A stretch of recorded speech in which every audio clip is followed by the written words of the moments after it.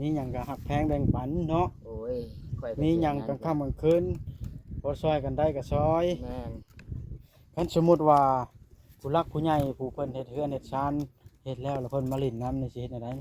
ก็มาเฮ้ยอยากให้เพิ่นมาอยู่ ยังจะเห็นหน้าเห็น เพิ่นสิ ตา มาบ่ ฮะ มาบ่ บ่แน่ได้ อยากรุ่นได้เพิ่นว่าเบาบ่เว้าแบบนี้น่ะรุ่นตลอดเลยได้ ว่าโดคนก็ถามเบิ่งซื่อๆเนาะ เอามาเพิ่นมาเฮาก็รับตอนจมเฮาบ่มีเนาะเฮาก็ยินดีสิก้มกราบตีนนี่อันนี้นี่อันนี้ โอ้เพิ่นก็บ่ต้องการขนาดนั้นดอ ข่อย ก นี่ แบบคน แต่แม่นเพิ่นดีนำหั่นนะ บ่ได้ เพิ่ แบบ นเพิ่นหั่นนะ บ่ฮู้จักกันนี่เนาะไม่เท่าแก้วเนาะ เอาเพิ่นบ่ฮู้บัดนี้ เพิ่นก็บ่ฮู้ เพิ่นก็ฮู้เฮา อีกอะ อืมอ่า แล้วเพิ่นยังซอยจนได้ทั้ง เพิ่นก็ยังช่วยเหลือเฮาเด้ซ้ำนี้จะมีเบิ่ง ทั้งว่าวนี่นั่งล้มกันตมแอมบ่ได้ล้มเรื่องหยังเนาะล้มดีใจอันนี่ ล้มเรื่องเพื่อนทั้งชาตินี่ได้มาเลย อย่าเข้าใจผิดได้ว่าลมบ่พื้นบ่เห็นดอก บ่แม่นนิน โต ทาก ระบุญโตเนาะ คอยแต่แท้บ่ อืม แม่นว่านินทาว่าโอ้บ่นี่ โตกระบุญ หล่อแฮง แต่ โอ้บ่ได้ได้แบบ แม่นนั่นนินทาอยู่ อันนี้เว้าแท้อันนี้ เว้า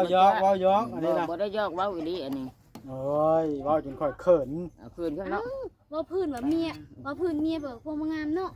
เมียข้างน้ำบ่ อย่าลืมกดติดตามเพื่อเป็นกำลังใจให้ผมด้วยนะครับทุกคนขอบคุณมากๆครั เอา บ บาทนี่พี่น้องเฮือนป้าแก้วทั้งหลัง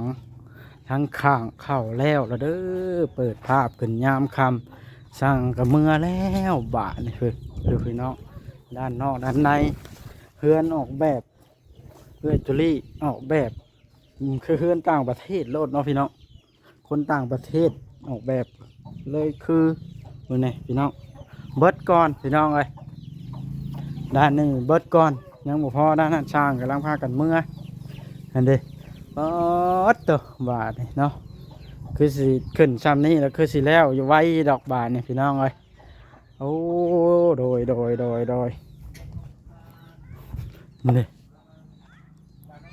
บัดใช่ลูกติ้งลูกหยังมันสิออกมาดูดีพี่น้องเพราะว่าสิใช่ลูกติ้งทั้งหน้าบ้านนะเนาะสีกระแดงต้องตัดผ้ามาเฮือนหลังนี้กับสีมือช่างเดียวกันพี่น้องเอ้ยผู้ใหญ่กับผู้เดียวกันถือว่าชุดยอดอะไรคันได้ลงมือเฮ็ดล่ะบ่มีผู้บ่ยอมพี่น้องเอ้ยเฮ็ดหยังต้องเฮ็ดคักโลดวายมาเบิ่งหลังนี้กับผู้บ่ได้กระจอกได้พี่น้องเอ้ย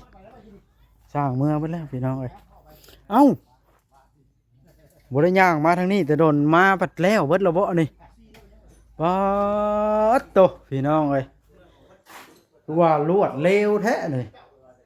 โพดโพหมักโมหมักน้ำแท้นี่เอ้าว่าเมื่อแล้วยังอยู่เนาะนี่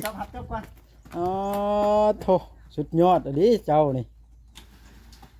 เพราะว่าท่านบางเห็นคลิปนี้นะเรื่องเชิงที่ได้เยี่ยมร้อย โอ้พอได้กินน้ำเพิ่นจักผ่านึงเนาะ แม่นงานบางนี่โอ้หาหนึ่งเลยจะปวดหนึ่งก็ยังดี ย่านว่ามันงบโบราณได้สมมุติว่าอย่างน้อยเพิ่นเห็นใจจะขวดหนึงก็ไขเนาะอ้าวหนุ่มบอยบ่ได้ยอมพักเลยบ่นี่ นุ่มบอย ฮะบ่เว้าน้ำไผอีกโพดโพหนุ่มบอย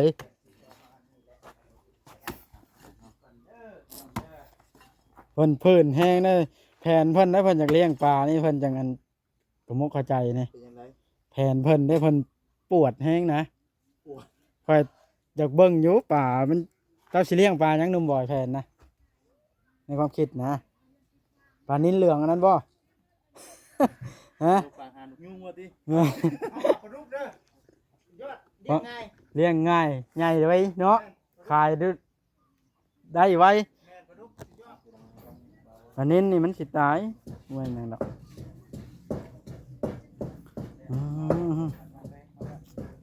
เมื่อยแห้งบ่เดี๋ยวนี้นะ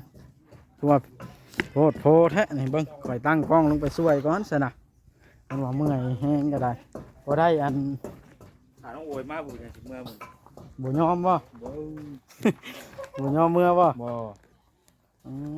กระเทินได้มาแล้วเนาะมาตั้งมุกตั้งไก่เนาะไอ้สิยูนี่ข่อยสวานให้นี่ ไป ข่อยบ่คิดว่า ไปอยู่รอที่นี่นะ การเอง ญาติเนาะ ที่ได้เด้อสอง โอ้ ร้อย ยเฮ็ดเสียงอันนี้มือไม้แขนอ่อนละ ดีได้ ไปชวนแซมเก่าอยู่แล้วมันแน่เพื่อสิเต็มแซมเก่าก็ได้ได้ทั้งหนองปลาได้ทั้งดินเข้าอันนี้บ่ได้เลยประโยชน์ซองเลยโอ้สุดยอดนะวะ โอ้กินไปทางนี้เนาะตามป่งๆอยู่ ตามเก่งมึงไหมยา โอ้นุ่มโอยนะ ต้องกินเอาไม้บ่ นุ่มโอยไปไทยนาบ่ โดย ไปแต่เช้าเลย เหลืออยู่พี่น้องเนาะพี่น้องเอ้ย เก่งมึงไหมยาเทวดาเอ้ย คุณชาเทพลา ไม่ดีเป็นเทวดาแล้วเอาคนเป็นสวรรค์เด้อ ไปเป็นเทวดานะ ดี บ่แซนนะ เอาไปดูเทพลา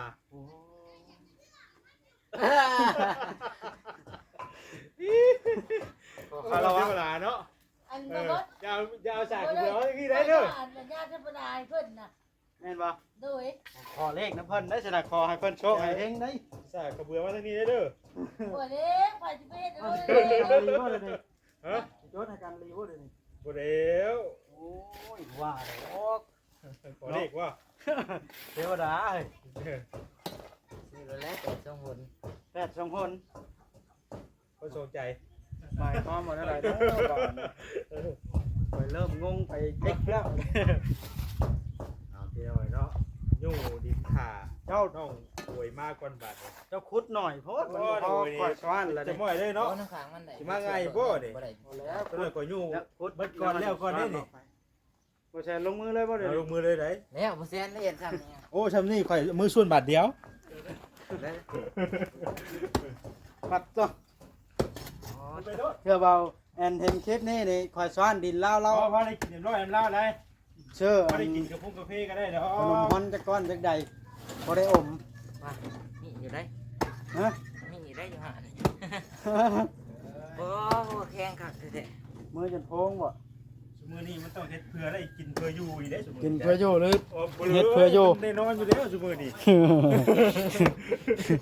เลยอมครอบเลย ว้าวเป็นแปดแล้วเนาะ เป็นแล้วได้ โอ้ทุก เอาแต่ว่าหยอกว่าหัวกันไปแล้วว่าเนาะ แน่แล้ว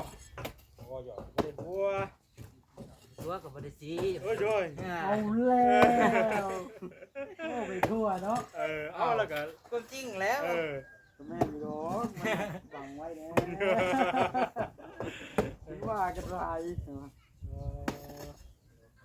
โอ้แข็งคักก็สิเทวะ พี่น้องเด้อเนาะ แทงกันข้างบ่เดี๋ยวนี้นี่ โอ้ เอามา นี่เพิ่นเทนั่นเด้อเนาะเพิ่นเทเนาะโอ้ย พูดเหลือซื่อ เรือแล้ว เพิ่นเด้อแล้วเฮามาเทๆๆกัน ได้ประโยชน์ ได้เรื่องเนาะ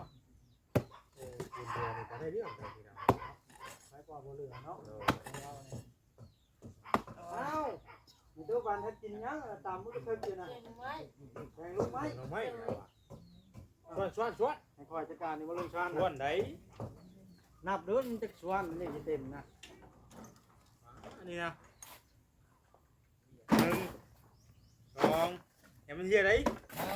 ๆสอง ตลาดชวนแล้ว มันก็หลายชวนแล้วเห็นแบบนี้เนาะโอ้คือมันนำก้อนมันจะน่ะ ต้องคอยเอาค ว่า อย แล้ เอา วโอ้ยบ่เป็นไร แค่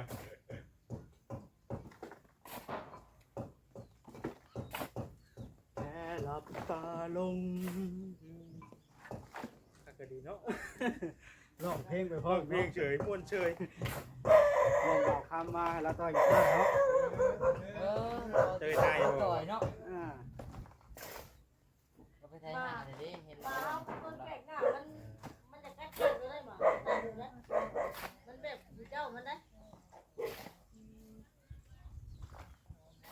พอแทนทางยุ่งอีกวันนี้นะ หูได้นี่นะ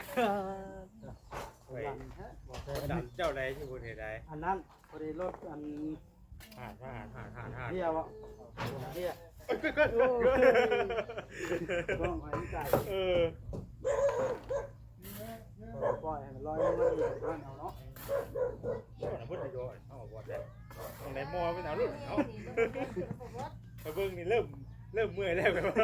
เริ่มหายใจ โอ้เริ่มเมื่อยแล้วนี่นะเฮ็ด เอาจะเต็มเลยบ่ โ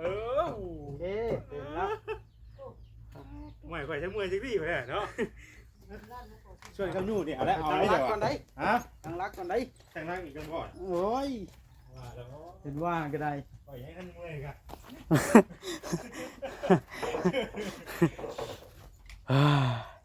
ให้เมื่อย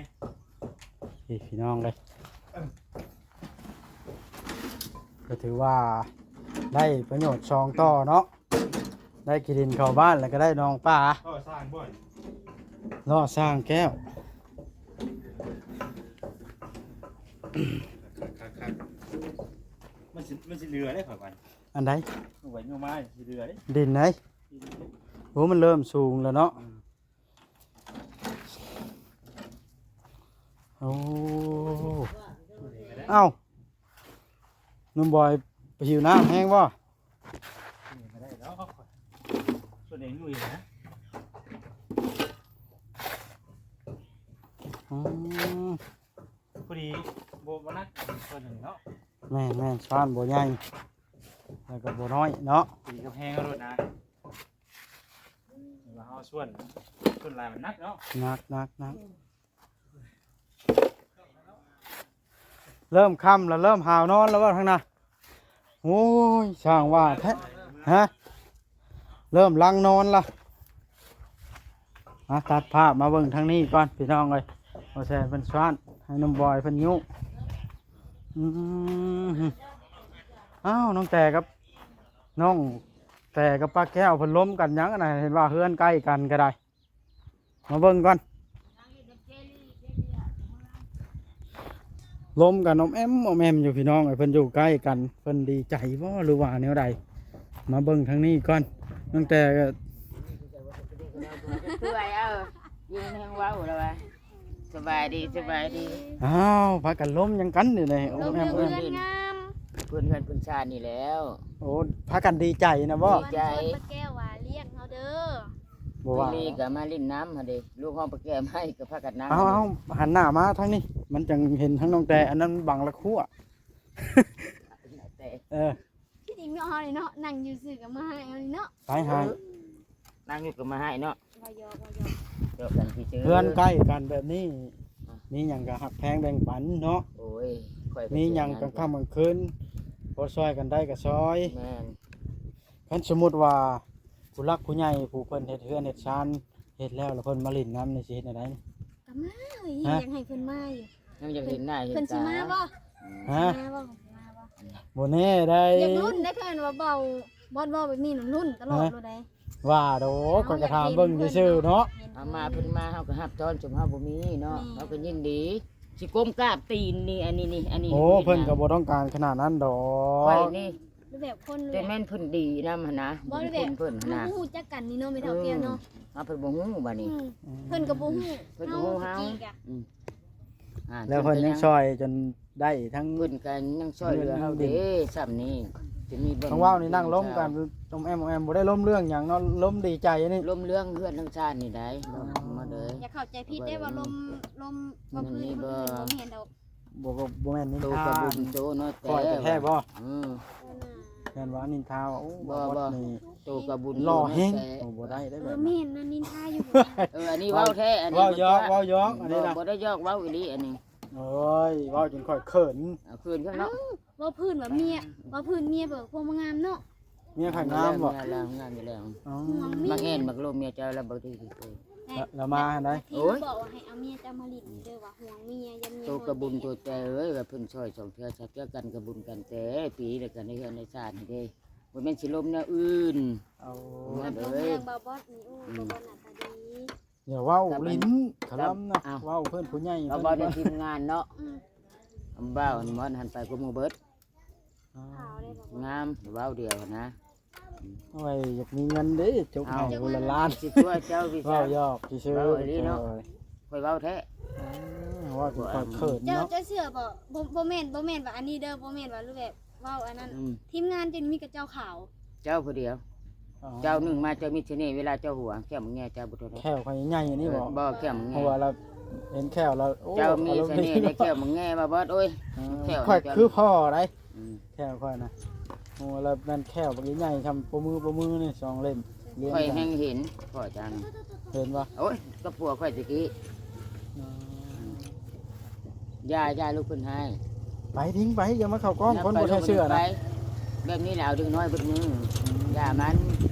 ปัดเถอะพอค่อยๆเข้ามาก็รู้สึกดีใจเลยได้ถ้าเจ้าได้เนี่ย เอาค่อยสิเป็นค่อยเป็นคนบ่มักป้าคนไหน อืม แล้วก็คนบ่มักเว้าดังไปหา วันเสาร์สิมา ข้าวดีไม่เท่าแก้ว ฮะ ข้าวดีไม่ เด้ เท่า ก็ แก้ว แห้งฮู้ แม่นบ่ข่าวดีไปได้นะข่อยคือบ่จัก ทานน้ำสาว อ๋อสิจ่อน้ำบ่ บ่เบิ้ลไหนเห็ดคือบ่ฮู้ เนาะ ตัวเองยังเป็นนะ ข่อยบ่ได้จักได้ได้ยินแต่เว้าลิเราข่อยว่าวันเสาร์ เป็นอ ใช่ ย่าง ไหม นั้นเนาะแต่ว่าจ้อยก็ยังฮู้ แม่นบ่ ว่าซีนบอกค่อย ตกข่าวบ่บ่นั่น คนบ่ฮู้ข่าวนํ เมื่อเราบ่อยากทันอยากเว้าบ่บ่ แม่นบ่ บั บาง ด เจ้า เราเว้าเลยบ่อยากพัง เออ ย้อนหยังเราเว้ายาวโพด แม่นบ่ตั้งแต่เดือดใช่บ่บอส บ่ได้เดือดแล้วเรื่องจริง เว้าค ข่อ วาย มจ ข่อย ริง เว้ายาวบ่ว่าด บ่ อก ก็ ข่อย แบ บ่ บจะเว้าไว้นะบ่บ่แบบจะเว้าไว้เลยพังบ่เข้าใจเห็นบ่บางเทื่อน้องตัวในทางเพิ่นจะเว้าหยังบ่บ่อื นี่ ม ข่อยบอกหยังบ่ว่าที่สิบ่อยากพังข่อยจักดี บ่ เนาะ มีน้องบ่อยากพังมันแต่มันแบบบ่เข้าใจว่าบ่เราไว้ นับถือทุกคนทีมงานนี่ แต่เรื่องข่าวนี่เจ้า ไปกูมือเบิดเนาะกันสิว่าพระเอกหนังจีนว่าจันจะ เอา เนาะ แล้ บ่ได้พระเอกหนั ว งไท ว่าย จน เนาะ ข่อยเขิน อีหลี มื้อหน้าข่อยสิซื้ออัน เขาบ่ได้ตัวเจ้า ซีมาผากเจ้าพุ่นละปองได้ซั่นน่ะ ไปเห็นแต่มือ ถ้า ที่แร กิ ก นน้อง ค่อย กามีเด้อ น้ำก็มี บ่มีลูกมีเมีย กล้าย่อง หน้าตาคือผู้หญิงนี่เนาะ เอาแล้วบาด บ่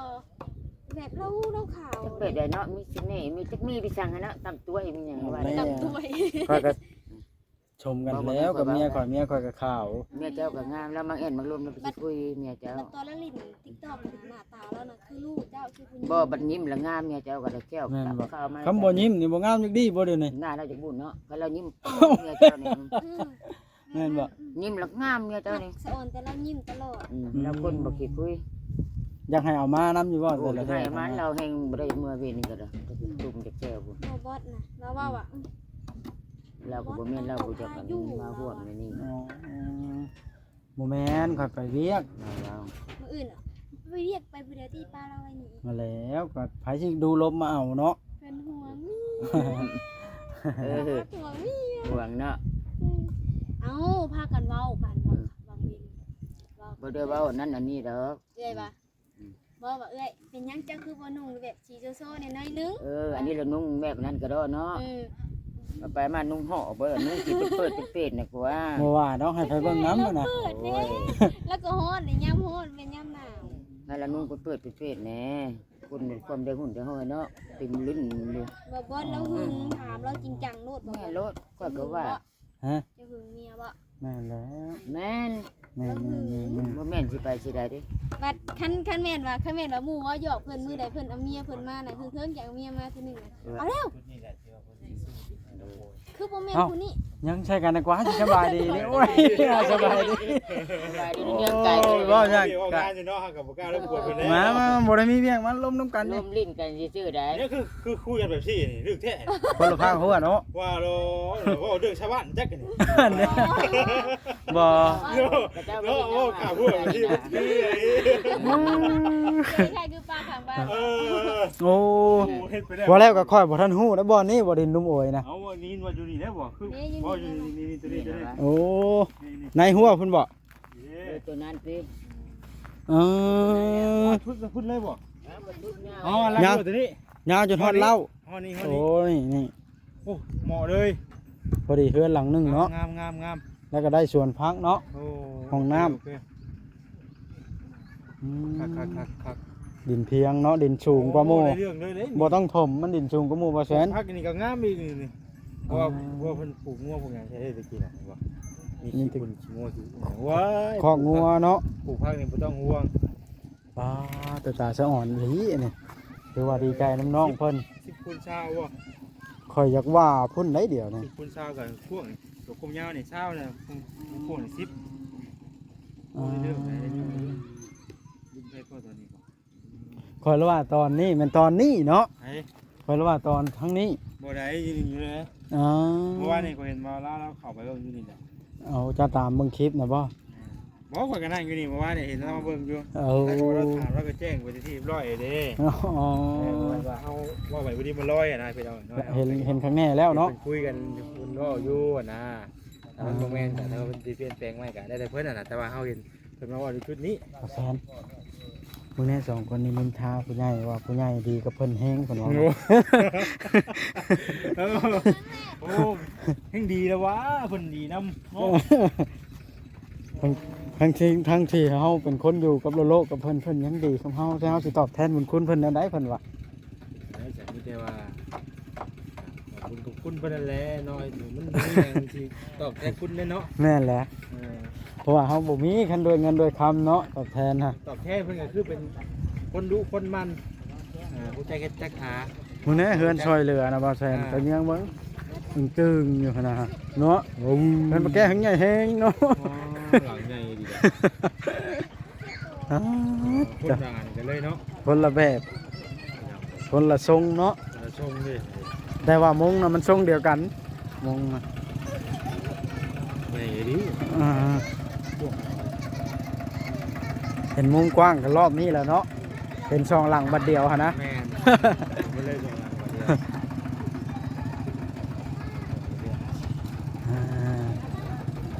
เจ้าพบมาป้าข่อยเนาะ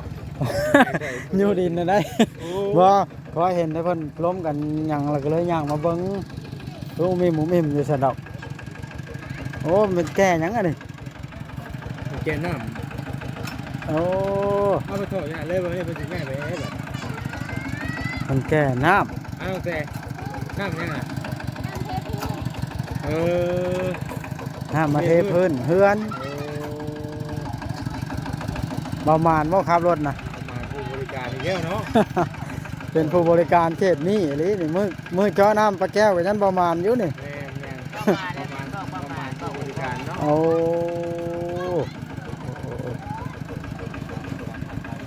ยังบ่เห็นยังพี่น้องว่าเรื่องของชาวบ้านว่า โอ้เนาะ เอาพี่น้องคลิปนี้ก็สิได้จบคลิปลงซะก่อนเด้อสาพี่น้องก็ยืดยาวพอสมควรแล้วพี่น้องตะเว้นกระตุกแล้วพวกเนาะโอเคพี่น้องสบายดีเด้อ